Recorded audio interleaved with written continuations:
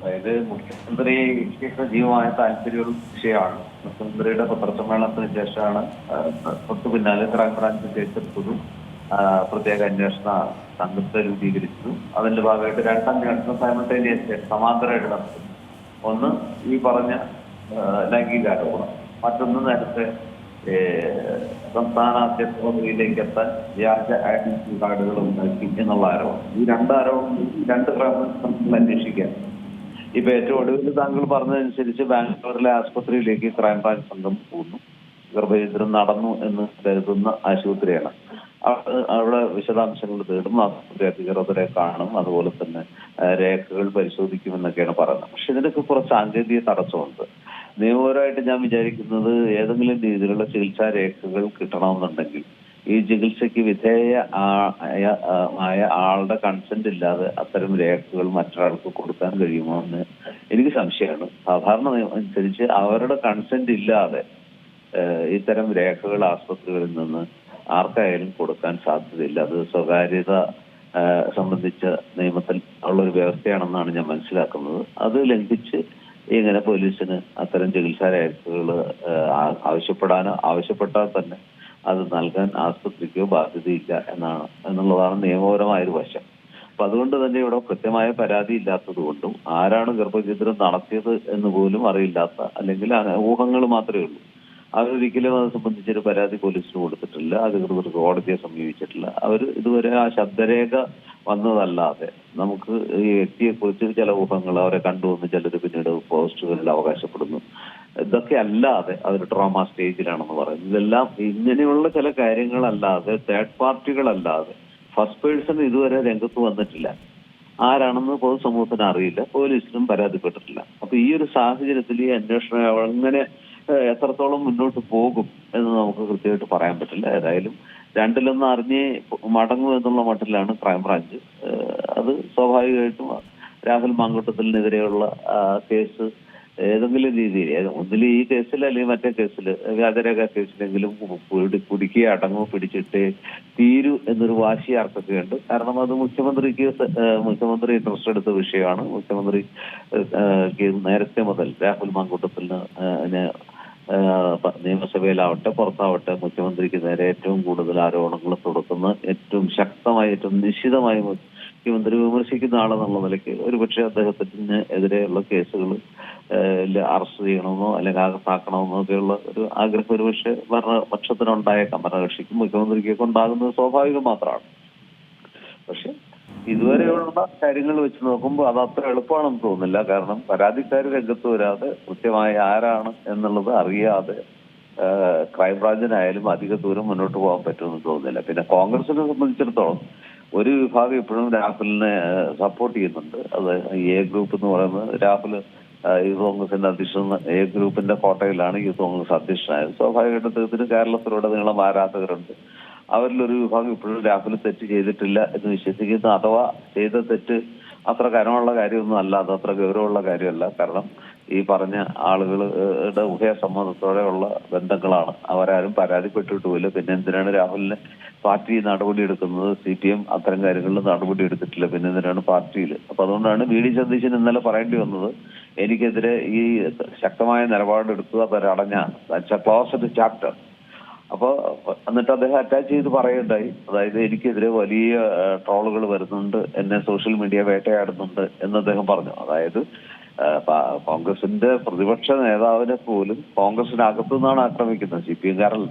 കോൺഗ്രസിനകത്തു നിന്ന് അദ്ദേഹത്തിനെതിരെ അതിശക്തമായ ഇത് വരുന്നു. ഇവിടെ ഇത്രയേ ഉള്ളൂ പ്രശ്നം. അതായത് രാഹുൽ മാങ്കൂട്ടത്തിനെതിരെ പാർട്ടി എടുക്കാവുന്ന രണ്ട് പ്രധാന നടപടികൾ എടുത്തു. ഒന്ന്, അദ്ദേഹത്തിന്റെ യൂത്ത് കോൺഗ്രസ് അധ്യക്ഷ പദവി സ്ഥാനം തെറിപ്പിച്ചു, അല്ലെങ്കിൽ അതിൽ നിന്ന് ഒഴിവാക്കി. രണ്ട്, അദ്ദേഹത്തെ പാർട്ടിയുടെ പ്രാഥമിക അംഗത്വത്തിൽ നിന്ന് താൽക്കാലികമായിട്ട് ഒഴിവാക്കുന്നതോടൊപ്പം നിയമസഭാ കക്ഷി പാർലമെന്ററി പാർട്ടി മെമ്പർഷിപ്പും അദ്ദേഹത്തിന് ഇപ്പൊ താൽക്കാലിക അതിൽ നിന്നും സസ്പെൻഡ് ചെയ്തിരിക്കുന്നു. അപ്പൊ ഇത് രണ്ടും വളരെ ശക്തമായ നടപടികളാണ്. പിന്നെ ഒരേ ഒരു നടപടിയെ ബാക്കിയുള്ളൂ, അദ്ദേഹത്തിന്റെ നിയമസഭാ അംഗത്വം രാജിവെപ്പിക്കുക. തൽക്കാലം ഒരു ഉപതെരഞ്ഞെടുപ്പ് ഒഴിവാക്കാൻ ഉദ്ദേശിക്കുന്നുണ്ട്. ഹലോ, കേൾക്കുന്നുണ്ടല്ലോ അല്ലെ? ഒരു ഉപതെരഞ്ഞെടുപ്പ് രാഷ്ട്രീയ തന്ത്രത്തിന്റെ ഭാഗമായിട്ട് രാജി വേണ്ട എന്നുള്ളൊരു നിലപാട് പാർട്ടി എടുത്തിട്ടുണ്ട്. അതിനെ വല്ലാതെ ചോദ്യം ചെയ്യാനുള്ള ഒരു ആർജവോ അല്ലെങ്കിൽ അതിനുള്ള ഒരു ധാർമ്മിക അവകാശമോ CPM-നില്ല. അവരുടെ ആരോപണ വിധേയരായ, ബലാത്സംഗ ആരോപണത്തിന് വിധേയരായ MLA-മാര്, ലൈംഗിക ആരോപണത്തിന് വിധേയരായ മുൻ മന്ത്രിമാരും MLA-മാരും ഇങ്ങനെ പലരും ഇപ്പോഴും ആ സ്ഥാനങ്ങളിൽ തുടരുന്നുണ്ട്. അവരാരും രാജിവെച്ചിട്ടില്ല. അവരെല്ലാം നിയമസഭയിൽ വരുന്നുണ്ട്. അവരെല്ലാം അവരുടെ പൊതുപ്രവർത്തനം തുടരുന്നുണ്ട്. പാർട്ടി പദവികളും കൊടുക്കുന്നുണ്ട്. അപ്പൊ ആ സാഹചര്യത്തിൽ കോൺഗ്രസിനെ ഒരുപാട് കുറ്റപ്പെടുത്താൻ കഴിയാത്ത ഒരവസ്ഥ അവർക്കുമുണ്ട്. സ്വാഭാവികമായിട്ടും ഇനി രാഹുലിനെതിരെ എന്തും കൂടുതൽ ആരോപണങ്ങൾ വന്നാലും പാർട്ടിയിൽ നിന്ന് പുറത്താക്കിയ ഒരാളെന്നുള്ള നിലയ്ക്ക് അത് പാർട്ടിയെ ബാധിക്കുന്ന പ്രശ്നമില്ല. പാർട്ടി ചെയ്യേണ്ടത് ചെയ്തു. ഇനിയുള്ളതെല്ലാം രാഹുൽ ആരോപണങ്ങൾ വരുമോ, കേസ് വരുമോ, അറസ്റ്റ് വരുമോ, അതൊക്കെ ചെയ്താൽ അതിന്റെ കെടുതികളും അതിന്റെ അപമാനവും പ്രത്യാഘാതങ്ങളും രാഹുലിന് തന്നെ അനുഭവിക്കേണ്ടതാണ് എന്നാണ് പാർട്ടിയുടെ ഒരു നിലപാട്. ഒരുപക്ഷെ കൂടുതൽ ആരോപണങ്ങൾ വരുമെന്നും അറസ്റ്റിലേക്കോ മറ്റു കാര്യങ്ങളിലേക്കോ ഒക്കെ പോകാൻ ഇടയുണ്ടെന്നും ഒക്കെ മനസ്സിലാക്കിക്കൊണ്ട് തന്നെ ആകണം പാർട്ടി കാലെക്കുറിച്ച് തന്നെ രാഹുലിനെതിരെ ക്യാപിറ്റൽ പണിഷ്മെന്റ് പോലെയുള്ള പണിഷ്മെന്റ്, MLA സ്ഥാനം രാജിവെപ്പിക്കുന്നതൊക്കെ സാങ്കേതികമായിട്ട് അത് പണിഷ്മെന്റ് ആണെങ്കിൽ പോലും അതിനേക്കാൾ വലിയ പണിഷ്മെന്റ് ആണ് പാർട്ടിയുടെ പ്രാഥമിക അംഗത്വത്തിൽ നിന്ന് സസ്പെൻഡ് ചെയ്യാൻ പറയുന്നത്.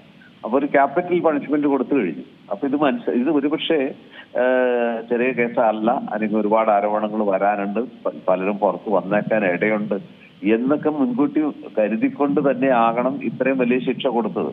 അതുകൊണ്ട് പാർട്ടിയെ സംബന്ധിച്ചിടത്തോളം ഇനി അറസ്റ്റ് ഉണ്ടായാലും കൂടുതൽ തെളിവുകൾ പുറത്തു വന്നാലും ഈ പറഞ്ഞ ഇപ്പൊ അണിയറയിലുള്ള ആളുകൾ മറനീക്കി പുറത്തു വന്ന് ഞങ്ങളാണ് ഇരകൾ എന്ന് വെളിപ്പെടുത്തിയാലും ഇതെല്ലാം ഏറ്റവും കൂടുതൽ രാഹുലിനെ തന്നെയാണ് ബാധിക്കുക. പാർട്ടിയെ ബാധിക്കേണ്ട ഒരു ഘട്ടം കഴിഞ്ഞു എന്നാണ് ഞാൻ മനസ്സിലാക്കുന്നത്. കാരണം പാർട്ടിക്ക് ഓൾറെഡി തന്നെ ഒരുപാട് ഡാമേജ് ഉണ്ടായി, നാണക്കേടുണ്ടായി. ഇത്രയും വലിയ നേതാവ്, ഇത്രയും വലിയ എന്താ പറയാ, പാലക്കാട് ഇത്രയും വലിയ ഭൂരിപക്ഷം ചോദിച്ച യുവ കേരളത്തിന്റെ ആവേശമായി മാറി ചെറുപ്പക്കാരൻ ഇങ്ങനെയാണ് എന്നുള്ളൊരു തിരിച്ചറിവ് പാർട്ടിക്ക് ഉണ്ടാക്കാവുന്ന ഒരു എന്താ പറയാ ഡാമേജ് അല്ലെങ്കിൽ പരിക്ക്, സാരമായ പരിക്ക് തന്നെ എത്തിച്ചു. പക്ഷെ പതുക്കെ അതിൽ നിന്ന് റിക്കവർ ചെയ്തു വരികയാണ്. ഇനി മാസങ്ങളുണ്ട് നിയമസഭാ തെരഞ്ഞെടുപ്പിലൊക്കെ. അതുകൊണ്ട് പക്ഷെ ബാംഗ്ലൂർ പോയ പോലെ തന്നെ ക്രൈംബ്രാഞ്ച് മടങ്ങി വരാനുള്ള സാധ്യതയുണ്ട് എന്നാണ് ഞാൻ വിചാരിക്കുന്നത്. കാരണം നിയമം അവർക്കത്ര അനുകൂലമായിരിക്കാൻ സാധ്യതയില്ല. അതുപോലെ മറ്റു പല കാര്യങ്ങളിലും ഇതുവരെ തെളിവൊന്നുമില്ല. പക്ഷെ തെളിവ് ഉണ്ടായിപ്പെടാന്നില്ല. ഏത് സമയത്തും തെളിവുകൾ പുറത്ത് വരാൻ സാധ്യതയുണ്ട്.